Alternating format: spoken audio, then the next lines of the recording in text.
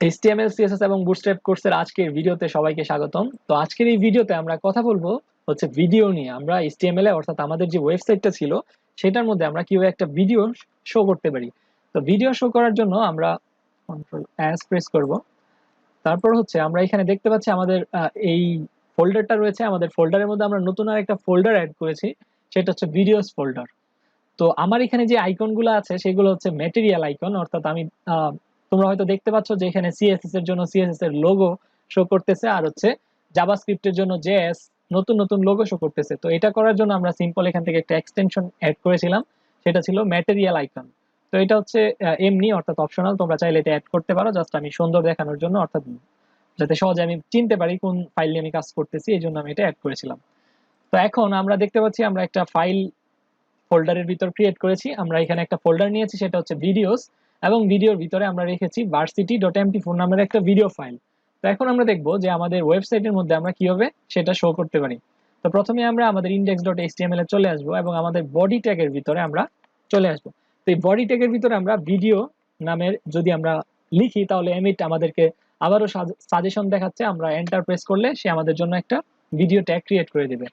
তো video tag এখানে আমরা এন্টার প্রেস করব।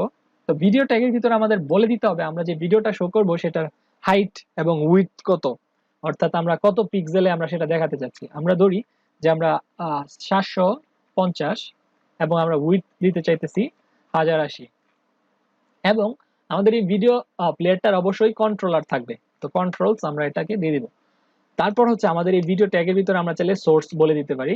তো আমরা সোর্স লিখে এন্টার প্রেস করলে সে আমাদের একটা সোর্স ট্যাগ দিয়ে দেবে, এবং সোর্স ট্যাগের কোনো এমটি ট্যাগ, এটা তার কোনো ইন্ট ট্যাগ নেই। তো এখানে আমাদের এসআরসি দিয়ে আমরা বলে দেব যে আমাদের সোর্সটা কি, ভিডিওর সোর্সটা কি। আমরা এই ভিডিওস ফোল্ডারের থেকে একটা ভিডিও নিতে চাই। তো সেই ক্ষেত্রে তোমাদের অবশ্যই একটা ভিডিও ফোল্ডার ক্রিয়েট করে ফেলতে হবে, এবং সেই ভিডিও ফোল্ডারের ভিতর একটা ভিডিও ফাইল রাখতে হবে। তো আমরা যদি varsity.mp4টা রাখি এবং আমরা এখানে সোর্সটা বলে দিই, এবং তার অবশ্যই বলে দিতে হবে যে টাইপটা কি।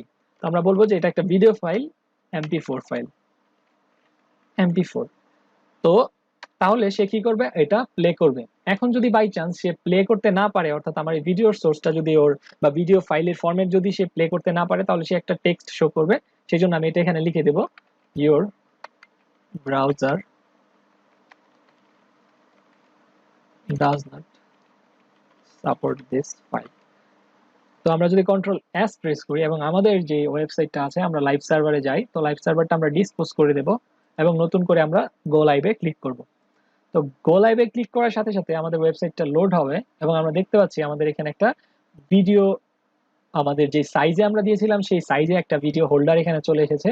তো এখানে আমাদের কন্ট্রোলার আছে, আমরা চাইলে সেটা কন্ট্রোল করতে পারি। এখানে সাউন্ড আছে, এখানে আমাদের ফুল স্ক্রিন করার জন্য, আর এখানে আরো ডাউনলোড করা অথবা পিকচার ইন পিকচার। তো আমরা যদি প্লে বাটনে ক্লিক করি তাহলে আমরা আচ্ছা, আমাদের এখানে আইডিএম থাকার কারণে আইডিএম ডাউনলোড দেখাচ্ছে। তো আমাদের এই ভিডিওটা এখানে প্লে হবে। আমরা আইডিএমটা পজ করে দেই। তো এখন যদি আমরা প্লে দেই তাহলে হচ্ছে আমাদের এই ভিডিওটা প্লে হবে। তো এইভাবে চাইলে আমরা সহজে আমাদের ফোল্ডারে থাকা যে কোনো ভিডিও ফাইল আমাদের ওয়েবসাইটে বা আমাদের এইচটিএমএল এর মধ্যে শো করতে পারি। তো আজকের এই ভিডিওতে আমরা দেখেছি কিভাবে একটা এমপি4 ফাইল আমরা আমাদের ওয়েবসাইট বা আমাদের এইচটিএমএল কোডে শো করতে পারি, এবং আমরা দেখেছি কন্ট্রোলার সহকারে একটা ভিডিও ফাইল কিভাবে শো করতে হয়। তো পরের ভিডিওতে আমরা কথা বলবো এমপি3 বা অডিও ফাইল নিয়ে। Thank you.